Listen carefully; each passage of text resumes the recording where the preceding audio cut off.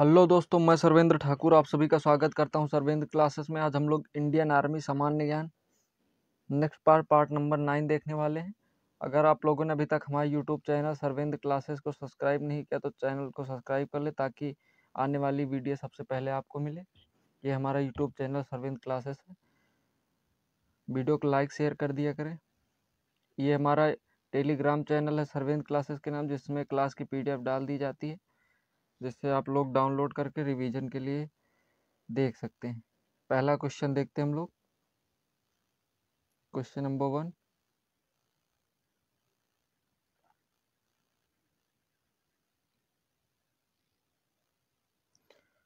Computer का आविष्कार किसने किया था? Option A Greville, option B Charles Babbage, option C Einstein, option D इनमें से कोई नहीं। तो इसका राइट आंसर हो जाएगा ऑप्शन बी।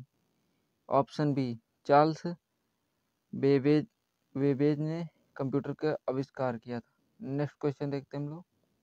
क्वेश्चन नंबर 2, वर्ष किस वर्ष में भारत की राजधानी कलकत्ता से बदलकर दिल्ली कर दी गई? Option A 1905, option B 1906, option C 1913, option D 1911। तो इसका राइट आंसर हो जाएगा 1911। 1911 दिल्ली से बदलकर कलकत्ता से बदलकर दिल्ली कर दी गई। अगर उस समय गवर्नर जनरल की बात की जाए, गवर्नर कौन था उस समय जब 1911 में राजधानी बदली गई? तो उस समय गवर्नर कौन था? Governor general. उस समय गवर्नर जनरल की बात की जाए, उस समय का गवर्नर जनरल कौन था? तो उस समय का governor general Lord Hardinge. Lord Hardinge थे। लॉर्ड हार्डिंग उस समय वहाँ के गवर्नर जनरल थे जब भारत की राजधानी कलकत्ता से बदलकर दिल्ली में स्थानांतरित की गई। तो उस समय गवर्नर जनरल लॉर्ड हार्डिंग, उस समय गवर्नर जनरल लॉर्ड हार्डिंग द्वितीय थे। नेक्स्ट क्वेश्चन देखते हैं हम लोग। भारत की राजधानी 1911 में कलकत्ता से बदलकर दिल्ली की गई, उस समय गवर्नर जनरल लॉर्ड हार्डिंग थे। नेक्स्ट क्वेश्चन देखते हैं हम लोग। क्वेश्चन नंबर 3, चंद्रगुप्त के उत्तराधिकारी कौन थे? Option A Ashok, option B Bindusar, option C Hemusar, option D Bimbisar. तो इसका राइट आंसर हो जाएगा बिंदुसार। बिंदुसार जो कि चंद्रगुप्त मौर्य का पुत्र था। चंद्रगुप्त का उत्तराधिकारी बिंदुसार था, जो कि चंद्रगुप्त मौर्य के पुत्र थे। अगर बात की जाए अशोक, अशोक के पिता कौन थे? तो अशोक बिंदुसार का पुत्र था। पुत्र अशोक थे।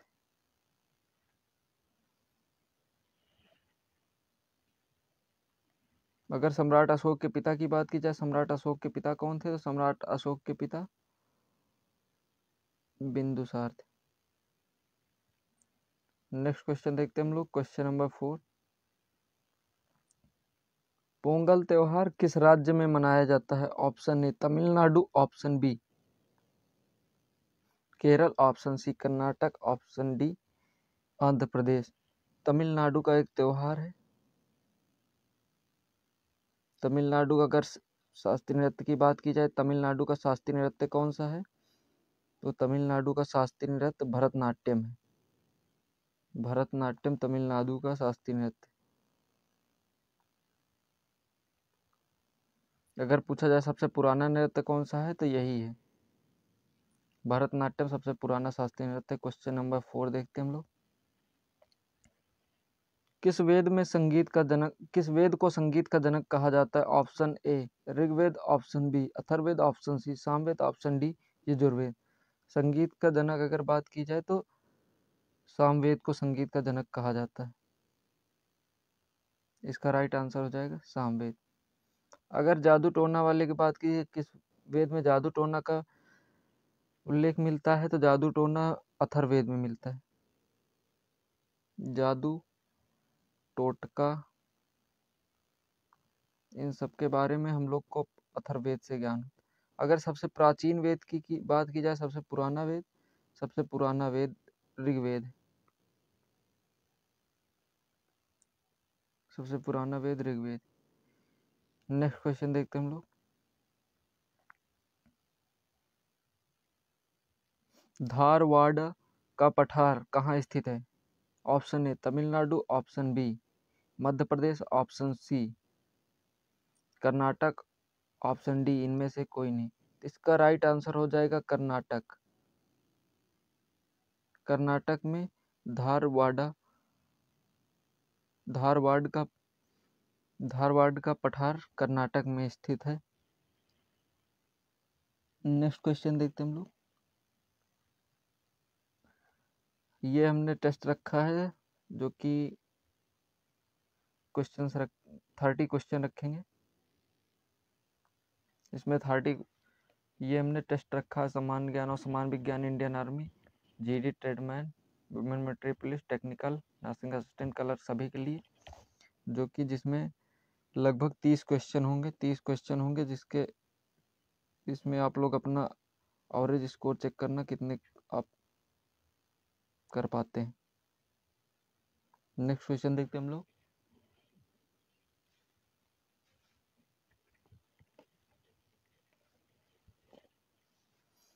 हड़प्पा सभ्यता में ऊंटों की हड्डियां किस पुरास्थल से मिली थी? ऑप्शन ए मोहनजोदड़ो से, option B Kalibanga, option C Ropar, option D इनमें से कोई नहीं। अगर बात की जाए कि ऊंट की अस्थियां कहाँ से किस ऊंट की अस्थियां की बात की जाए, ऊंट की अस्थियां किस पुरास्थल से मिली थी, तो इसका राइट आंसर हो जाएगा कालीबंगन। कालीबंगन से ऊंट की अस्थियां मिली थी। नेक्स्ट क्वेश्चन देखते हैं हम लोग। भारत का कौन सा राज्य भूटान से अपनी सीमा साझा नहीं करता? Option A Sikkim, option B Paschim Bangal, option C Assam, option D Meghalaya. अगर बात करें हम लोग कि कौन सा राज्य सीमा साझा नहीं करता, तो मेघालय। मेघालय भूटान के साथ अपनी सीमा साझा नहीं करता। अगर बात करें हम लोग सिक्किम, सिक्किम करता है। अगर पश्चिम बंगाल भी करता है, असम भी करता है, और एक कौन सा है, अरुणाचल प्रदेश। अरुणाचल प्रदेश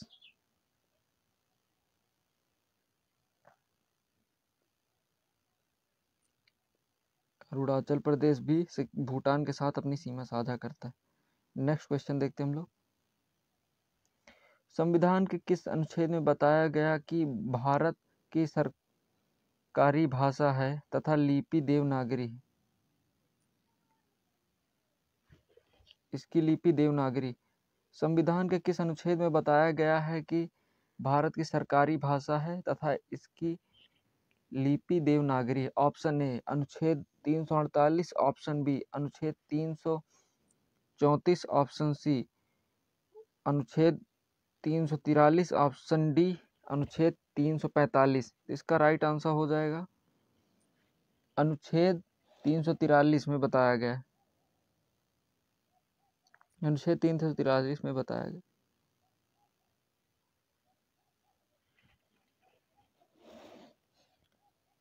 अगर वर्तमान समय में कुल भाषाएं संविधान में कितनी मान्य हैं? वर्तमान समय में कुल भाषा वर्तमान समय में कितनी मान्य है? तो इसका राइट आंसर हो जाएगा 22। 22 भाषाएं संविधान में मान्य है। अगर बात की जाए संविधान के किस अनुसूची में भाषाओं का उल्लेख है, तो 8वीं अनुसूची में। 8वीं अनुसूची में भाषाओं का उल्लेख है। 8वीं अनुसूची में भाषाओं को। अगर बात की जाए किस वर्तमान में कितनी भाषाओं को मान्य है, वर्तमान में कुल कितनी भाषाएं मान्य हैं, तो कुल 22 भाषाएं हैं जो कि मान्य हैं। 22 भाषा। अगर बात की जाए किस अनुसूची में अगर हैं, तो 8वीं अनुसूची में। नेक्स्ट क्वेश्चन देखते हैं। निम्न में से फ्लाइंग सिख के नाम से किसे जाना जाता है? Option A Milkha Singh, option B Neeraj Chopra, option C Bajrang Punia, option D Ravi Dahiya. तो इसका राइट आंसर हो जाएगा मिल्खा सिंह। मिल्खा सिंह को फ्लाइंग सिख के नाम से भी जाना जाता है।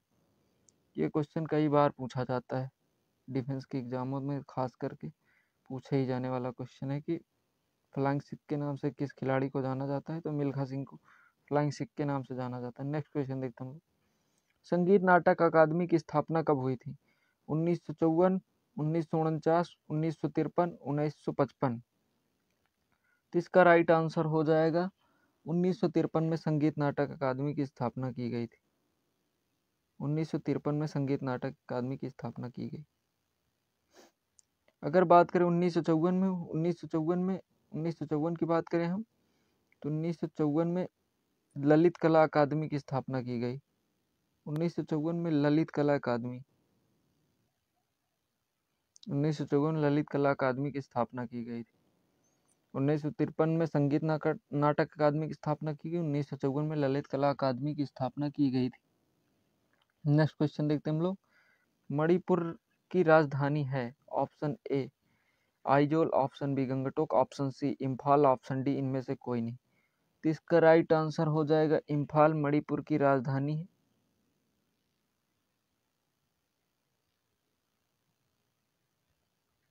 इम्फाल मणिपुर की राजधानी। अगर बात की जाए कि मणिपुर को पूर्ण राज्य का दर्जा कब दिया गया, मणिपुर को पूर्ण राज्य का दर्जा कब दिया गया, अगर बात की जाए कि मणिपुर को पूर्ण राज्य का दर्जा कब दिया गया, तो सन 1972 में मणिपुर को पूर्ण राज्य का दर्जा दिया गया। मणिपुर को पूर्ण राज्य का दर्जा 1972 में प्राप्त हुआ। नेक्स्ट क्वेश्चन देखते हैं हम लोग। कर्नाटक का जोग जलप्रपात किस नदी पर बनाया जाता है? कर्नाटक का जोग जलप्रपात किस नदी द्वारा बनाया जाता है? Option A Sabarmati, option B Bhagirathi, option C Mahanadi, option D Narmada. अगर बात करें जोग जलप्रपात किस नदी द्वारा बनाया जाता है, तो इसका राइट आंसर हो जाएगा साबरमती।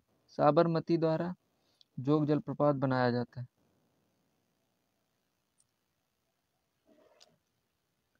अगर हम बात करें हीराकुंड बांध की बात करें, हीराकुंड बांध किस नदी पर स्थित है? तो हीराकुंड बांध महानदी पर स्थित है। महानदी पर हीराकुंड बांध। अगर पूछा जाए हीराकुंड बांध किस नदी पर स्थित है, तो हीराकुंड बांध महानदी पर। हीराकुंड बांध महानदी पर। अगर हम लोग बात करें कि भागीरथी पर कौन सा बांध है, भागीरथी पर कौन सा बांध है, तो टिहरी बांध भागीरथी नदी पर। टिहरी बांध भागीरथी नदी पर स्थित है। टिहरी बांध की बात करें, अगर टिहरी बांध किस नदी पर है, तो भागीरथी नदी पर। नेक्स्ट क्वेश्चन देखते हैं हम लोग। आधी रात का सूरज किस देश को कहा जाता है? Option A Japan, option B दोनों, option C Norway, option D इनमें से कोई नहीं। इसका राइट आंसर हो जाएगा नॉर्वे। नॉर्वे को आधी रात का सूरज या मध्य रात्रि का सूरज नॉर्वे को कहा जाता है। नॉर्वे को कहा जाता है। इसका राइट आंसर नॉर्वे हो जाएगा। अगर हम लोग बात करें कि जापान को क्या कहा जाता है, उगते सूर्य का देश किसे कहा जाता है, अगर बात की जाए उगते सूर्य का देश किस देश को कहा जाता है, उगते सूर्य का देश जापान को कहा जाता है। सूरज का देश किस देश को कहा जाता है, इसका राइट आंसर हो जाएगा जापान। नेक्स्ट क्वेश्चन देखते हैं हम लोग। प्रधानमंत्री बनने की न्यूनतम आयु क्या है? आप सरपंच बनने के लिए कितनी आयु होनी चाहिए? सरपंच की बात करें हम लोग, सरपंच बनने के लिए कितनी आयु होनी चाहिए? सरपंच बनने के लिए कितनी आयु होनी चाहिए? सरपंच बनने के लिए 21 वर्ष। सरपंच बनने के लिए कितनी आयु होनी चाहिए, पर बात करें हम लोग, सरपंच बनने के लिए 21 वर्ष होनी चाहिए। 21 वर्ष सरपंच बनने के लिए होनी।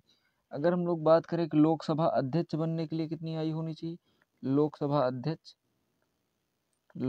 अध्यक्ष की बात करें हम लोग,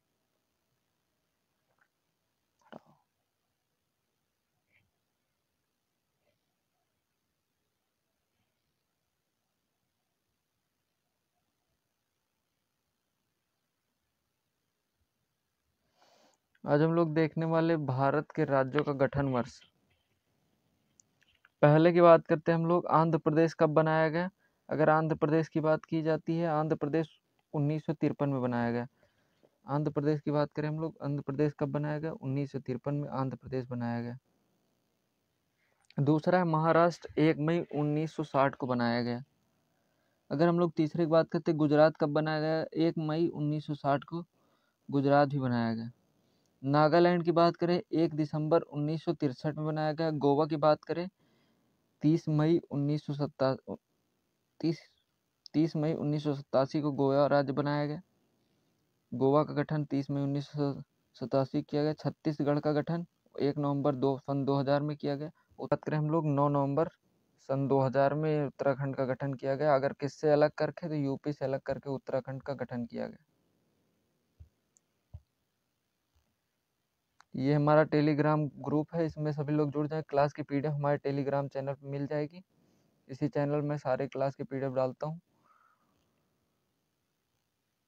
ये हमारा यूट्यूब चैनल है, इसको सभी लोग सब्सक्राइब कर लें ताकि हर आने वाली क्लास आपको सबसे पहले मिल सके, जिससे आपकी पढ़ाई में बहुत ज़्यादा हेल्प मिले। इसको ज़रूर सब्सक्राइब कर लें हमारे यूट्यूब चैनल को। कल हम लोग इसका नेक्स्ट पार्ट देखने वाले हैं। Thanks for watching. जय हिंद।